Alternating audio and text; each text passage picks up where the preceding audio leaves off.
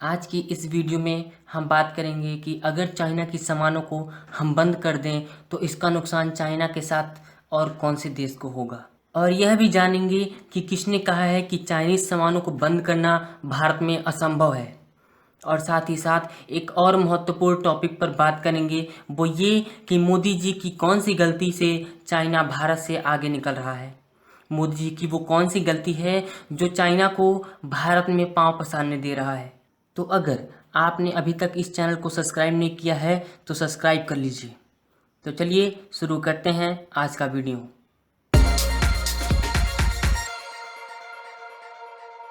भारत और चाइना के बीच हो रहे विवाद के बाद भारत की सरकार ने चीन के 59 ऐप्स पर रोक लगा दी है, जिससे न केवल चाइना को बल्कि भारत को भी आर्थिक नुकसान होगा।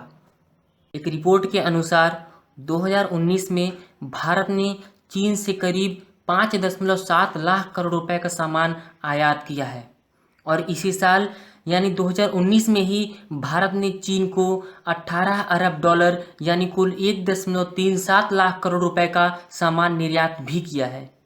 तो यदि भारत चीन के साथ अपनी कारोबारी यानी आर्थिक संबंध को खत्म कर देगा तो दोनों देशों को इसका घाटा होगा। मतलब चाइना को तकरीबन 75 अरब डॉलर का और भारत को करीब 18 अरब डॉलर का नुकसान सहना पड़ सकता है। तो आइए जानते हैं कि किसने कहा है कि भारत में चाइनीज़ सामानों को बंद करना लगभग असंभव है।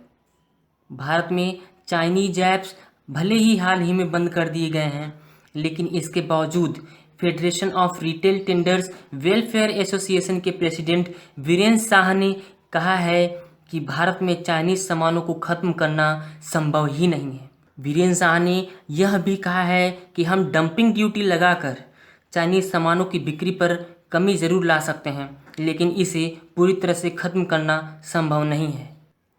और अब बात करते हैं कि प्रधानमंत्री मोदी की वो कौन सी गलती है जिसका फ़ायदा चीनी निवेशकों को मिला।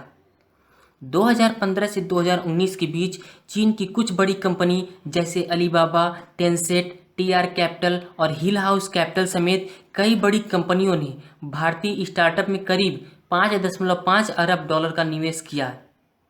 चीन जैसे चालबाज देश की कंपनी भारत में ऐसी कंपनी को खोजती है जो घाटे में चल रही हो या फिर जो घाटे में जाने वाली हो और फिर उस कंपनी में निवेश करती है।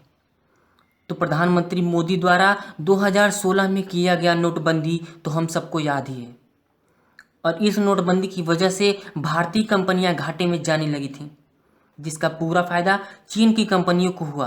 चीनी कंपनियां भारतीय कंपनियों में अपना निवेश करके खूब मुनाफा कमा गए।